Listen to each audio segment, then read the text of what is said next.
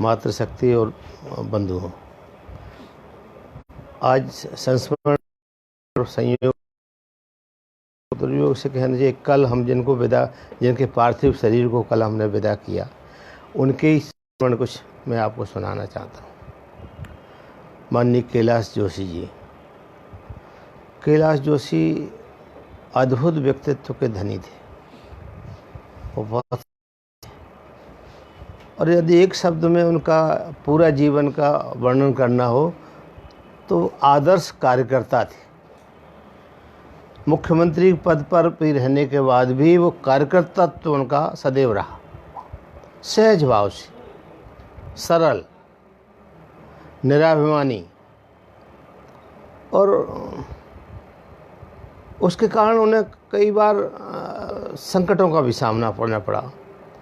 जब ठाकरे जी ने उन्हें मुख्यमंत्री बना दिया तो फिर वो छल छद्र उनमें था, और मुख्यमंत्री का पद तो ऐसा है जहाँ अधिकारियों से भी बात करना पड़ती है, नेताओं से भी बात करना पड़ती है, तमाम तरह के बाहरी रूप रखना पड़ता है, पर वो तो सरल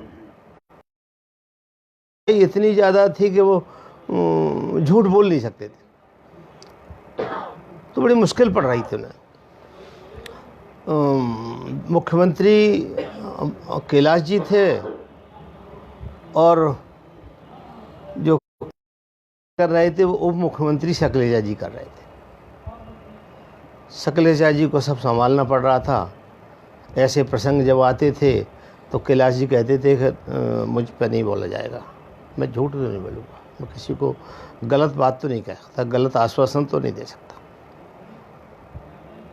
और एक स्थिति आई कि जब यहाँ मोरारजी देसाई प्रधानमंत्री के रूप में आए तो मोरारजी भाई का व्यक्तित्व तो बड़ा था, निश्चित ही बड़े थे, पर कैलाश जोशी उनका सामना करने की स्थिति में नहीं थी।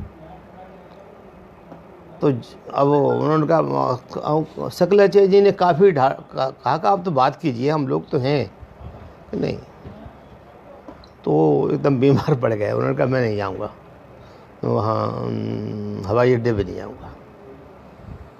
तो खबर जैसी मिली मोरारजी भाई को कि मुख्यमंत्री बीमार पड़ गए हैं, तो उनको लगा कि शायद ये मेरा अपमान कर रहे हैं मुख्यमंत्री के रूप में, या तो उनको वैचारिक हमारी बात पसंद नहीं है और हमारे स्वागत के लिए नहीं आए।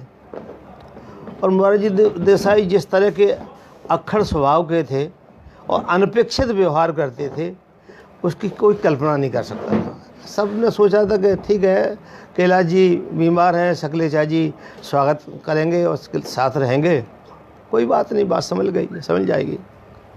कार्यक्रम तो संक्षिप्त ही रहते हैं प्रधानमंत्री के।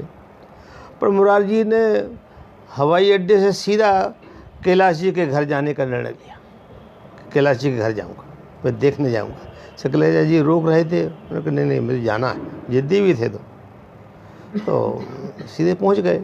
उन्होंने बात की तो बीमार तो थे नहीं, बातचीत कर रहे थे, और बातचीत में वो समझ गए कि सीधे हैं, भले आदमी हैं, ये थोड़े से मनोवैज्ञानिक ढंग से थोड़े डाउन हैं, सामने मुकाबला करने की स्थिति में नहीं। आके मोरारजी देसाई ने कह दिया कि बीमार नहीं है, ये जो है वो एक नए रोग, कुछ उन्होंने अंग्रेजी में कोई शब्द कहा था, उसका मतलब यही था कि ये मनोवैज्ञानिक ढंग से ये थोड़े से वो हो गए, मनोमानल्य है, इसीलिए नहीं आ पा रहा है। जी में ये था कि कहीं भी जाते थे, बहुत दौरे करते थे और कार्यकर्ताओं से सबसे मिलते थे, और हंस दर्जे के ईमानदार। पूरी पार्टी का अगर कोई चंदा देता था तो कैलाश जी के नाम पे चंदा मिलता था। कैलाश जी जहाँ पूरे देश के जितने व्यापारी हैं सब हैं, तो कैलाश जी का इतनी प्रमाणिक थे कि कैलाश जी चंदा अगर मांगते थे, जितना मांगते थे उन्हें मिलता था, अन्य किसी नेताओं को नहीं मिलता था। क्योंकि चंदा देने वाला ये सदैव सोचता है कि को उसका धन भले ही वो ब्लैक हो कैसा भी हो, पर वो चाहता यही है कि हम जिस काम के लिए दे रहे हैं उस काम में लगे। ऐसा प्रामाणिक जो कैलाश जी का सबको मालूम था कि कैलाश जी को जो चंदा दिया जाएगा वो पूरा का पूरा पैसा जिस काम के लिए हमने दिया है उस काम को जाएगा। कई प्रसंग हैं उनके, अभी कुछ तो कल अखबारों में भी आया था कि बच्चे जब उनके स्कूल छूट जाएं तो गाड़ी नहीं देते। मैं सरस्वती शिशु मंदिर में वो था शिवाजी नगर का व्यवस्थापक। उस समय एक कार्यकर्ता की पत्नी इंटरव्यू में बैठी थी, तो वो पहुंची कैलाश जी पर। कैलाश जी से कोई भी मिल सकता था। कैलाश जी को इस मामले में कभी वो नहीं थी कि मुख्यमंत्री हैं, बड़े नेता हैं, थोड़े बहुत नाराज़ जरूर हो जाते होंगे गलत में, पर कार्यकर्ता की मदद करते थे। तो कार्यकर्ता को भरोसा था कि ये सरस्वती शिशु मंदिर में ये हमारी नियुक्ति करवा देंगे। तो अब खैर वो मेरी आत्मप्रशंसा जैसी हो रही है, पर कैलाश जी का भाव देखिए, उसके कारण कार्यकर्ता के मन में दृढ़ता कितनी होती है। उन्होंने जब कहा कि शिवाजी नगर में कौन है व्यवस्थापक, राममोहन सिंह, वो निवेदी,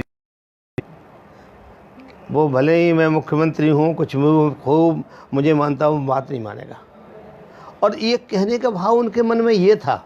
हो सकता है कैलाश जी की बात मैं भी न टाल पाऊँ, तो कैलाश जी के मन में ये बात थी कि ऐसा कोई बात, ये उदाहरण प्रस्तुत न किए जाए जिसमें से संघ के संस्थाओं में सब में कोई सिफारिश भी चलती है या कोई जो योग्यता के अनुसार आएगा तो सिलेक्शन होगा। ये जब बात मेरे मन में मुझे खबर मिली कि कैलाश जी ने ये कहा, तो मेरा मन बहुत कहना चाहिए आनंदित हो गया कि एक मुख्यमंत्री हमारे बारे में ये धारणा बनाता है। मैं जब मैं नगर पालिका भिंड में चुनाव हार गया,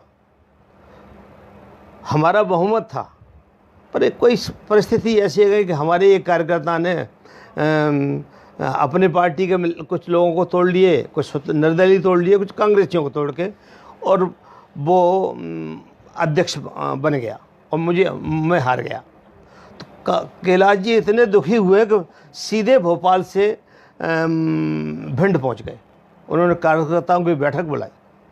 उन्होंने ऐसा हो कैसे गया, और उस समय तक मैं संगठन मंत्री तो नहीं था, संगठन मंत्री बाद में मुझे दायित्व दिया गया, ठाकरे जी ने, पहलाल जी वगैरह ने, पर उन्होंने कहा कि ये कार्यकर्ता जब हमारा बहुमत है और खड़ा किया गया है, और उन्होंने एक एक पार्षद से बात की, और वहाँ पता पड़ गया कि ये जो मैंडेट देने हैं उसमें भी गलती हुई। और उसके बाद उन्होंने स्वीकार किया कि गलती तो हुई है, मैंने मैंडेट भी पकड़ लिया है, तो गलत मैंडेट दिया गया है। पर पार्टी को अगर ऐसा ही है तो हम पार्टी को बर्बाद कैसे करते? आप मन में, अब सबको हम निकाल भी नहीं सकते, एक दो लोग हों तो हम निकाल भी दें, और उस समय कोई बहुत ज़्यादा कार्यकर्ता तो होते नहीं थे। कार्यकर्ता बड़ी सबसे कीमती चीज़ होती थी, सबसे बड़ा धन और पूंजी कोई नहीं होती थी। और जनसंघ के ज़माने में तो जैसा हरिहर जी ने बताया, संघ की जो स्थिति थी वही जनसंघ की भी स्थिति थी। जनसंघ को चाय पर हम जा रहे हैं कहीं तो चाय मिल जाएगी ये उम्मीद नहीं थी, और चुनाव लड़ाने के लिए जमानत जब्त तो होना ही है, उसे खुद अपने खर्चे से चुनाव लड़ना है। तो कुछ तय थे लोग जिनको कहा जाता था कि रात को बताया जाता था कि कल आपको चुनाव लड़ना है, आपको खर्च भी करना है, जमानत भी जब्त होना है, साधन भी नहीं है, संसाधन भी नहीं है। बाद में हम सौभाग्यशाली हैं कि सन 1971 में राजमाता साहब आ गई और फिर वहीं से चुनाव लड़ी। तो वहाँ से चुनाव लड़ने के कारण एक अनुकूल वातावरण आ गया। पूरी सीटें ग्वालियर संभाग में 36 या 34 थी, सभी सीटें जीते। उस समय एक बड़ा अद्भुत और उदाहरण आया कि मतदाता एजेंट को कुछ पैसे दिए जाना चाहिए टेंडर वोटों के लिए। राजमाता जी के पास संपन्नता तो थी, तो ये तय किया गया कि हर एजेंट को उनकी जेब में 200 रुपये डाल दिया जाए, ताकि वो टेंडर करेगा, ये करेगा, वो जेब से कहाँ लाएगा। और मैं और कैलाश जी वहाँ मौजूद थे। हमने कहा कैलाश जी ये तो ठीक है कि राजमाता जी चुनाव लड़ रही हैं, 200 दे सकती हैं, इतने एजेंट होंगे तो इतने 1000 रुपये खर्च कर सकती हैं। बाद में तो कोई सामान्य कार्यकर्ता लगेगा तो फिर एजेंट की आदत ख़राब हो जाएगी, फिर वो भी एजेंट मांगेगा कि उस चुनाव में ये हुआ। कैलाश जी ने कहा ये बात सही है, तो दृढ़ता से उन्होंने विरोध किया कि हमारा कार्यकर्ता, हमारा जो एजेंट बनता है वो जेब से खर्च भी करता है, करेगा, और टेंडर वोट में ज़्यादा खर्च नहीं होने वाले। ये जो राजमाता जी खर्च कर रहेंगे ठीक है, खूब करें, पर ये नहीं करें। तो कई बार ऐसे प्रसंग आते हैं जो उनको लगता है कि कैलाश जी मेरे तो 50 साल के लगभग संबंध थे, तो ऐसा कभी देखा ही नहीं कि वो कार्यकर्ता से अलग थे। भीड़ में भी अगर जा रहे हो, खड़े हो गए, अब खड़े हैं, तो वहाँ से मुड़कर सब उनका पूरा स्टाफ, मुख्यमंत्री का तामझाम सब रुक जाता था, वो बात करके जाते थे। ये उनमें अनुभव उदाहरण था। बाद में परिस्थितियाँ बदलनी हैं, कई बार जो स्थिति बनी है वो सब पे ही प्रभाव पड़ा है, थोड़ा बहुत प्रभाव सब पे पड़ता है। फिर भी उनका व्यक्तिगत जीवन इतना स्वच्छतामय था कि जिसका कोई हम एक आदर्श उदाहरण हम मान सकते हैं उनको। बहुत बढ़िया।